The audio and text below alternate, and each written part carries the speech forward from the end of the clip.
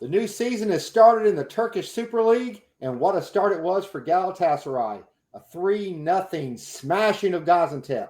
We're going to break it all down and talk about it next.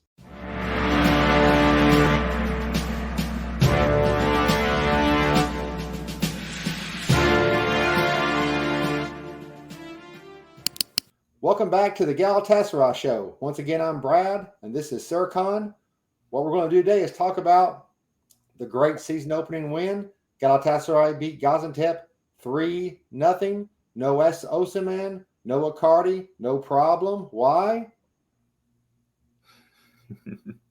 Because of Barış, who I'm calling the new bull of the Bosphorus. Serkan, what are your thoughts on the game? I think it was a good game. We didn't play at our best, but we were still good enough to win the game. The field conditions were poor. When Sané dribbled the ball just kept bouncing unpredictably. But overall, it was a good game. I liked it. How about you?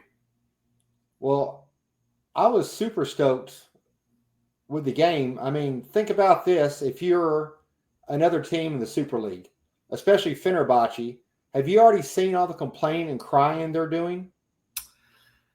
Yeah, I mean, that was a sign that the Turkish Super League has officially started.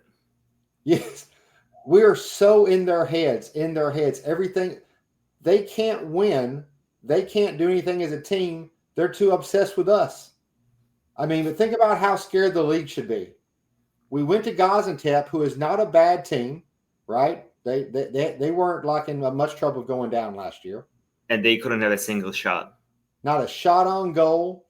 We score 3, and what? We had no Osimhen. We had no Icardi. We haven't transferred a right back. We haven't transferred a keeper. Nothing. The only difference in this team and last year was Sané, except this should be a worse team because there was no Osimhen.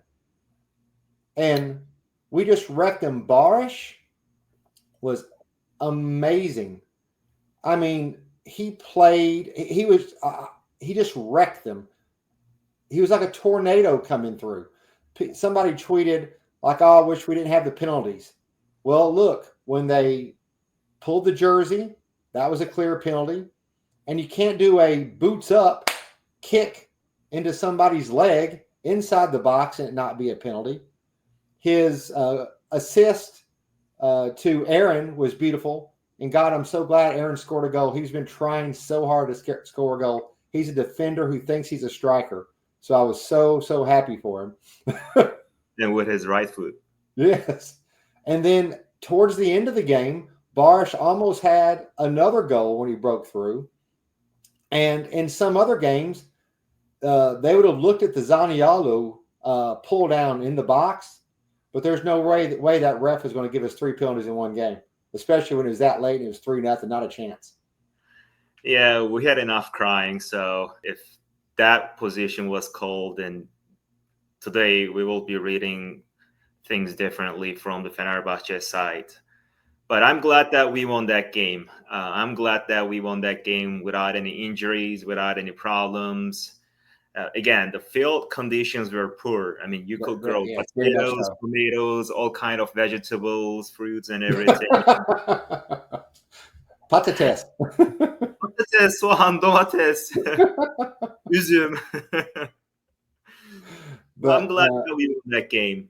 I mean, I'm not going to judge how we played because it was like 102 degrees. And again, field conditions in Antep, it was like 102 degrees. Yeah, it was 30 degrees Celsius to start the game. Celsius, okay. And the field conditions were poor. So I think we kind of saw it. We played on that kind of field and in that weather condition. I've seen some people make this point, and I kind of agree with them. Sané didn't have the best game. He got better as the game went along.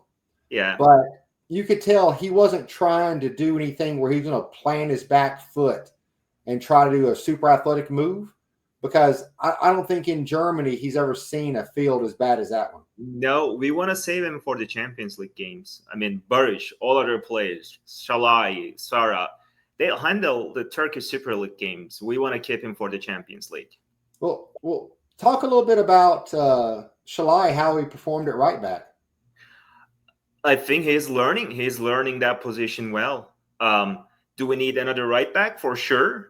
If something happens to Shalai, we'll definitely need another right back For as a sure. replacement. But I think he played well. I mean, his positioning skills have improved. I think he's been doing well. And the other great thing I thought was that young Arda got to come in the game and have a decent amount of time on the field. That was his first. I'm pretty sure that's his first Super League experience with us. So I It thought was. that was really big too, and he played well. Yeah, you got to bring all these young players, especially the game like yesterday. I mean, we were going to win that game anyway, so it was a good idea to bring him on the pitch. So yeah, I was very happy, and I thought the biggest thing was that we scored early to take the pressure off of us, and then we'll look at it here. Like Barsh's two penalties, these two penalties. I mean, look at him. They just look like he's taken 100 of these before, and I'm not sure how many he's taken. It can't be more than 5, but look, they were clinical. Look how he pauses on the step up. Kind of tell me what you think about his form of these penalties. I've seen much worse penalties taken by strikers, and he's not necessarily a striker. He's not, but again, I told you in the last episode, he is giving me the Brock Yilmaz vibe. He is the new Brock Yilmaz. Yeah, because we've always criticized Barsh's passing off the wing. He's never been a pinpoint passer, which say Eunice, Sanye, they are. But when you bring him up the middle, like the Fenerbahce game, I think it was 2023 in January, he just wrecked them up the middle. They couldn't deal with his speed and his athleticism up the middle.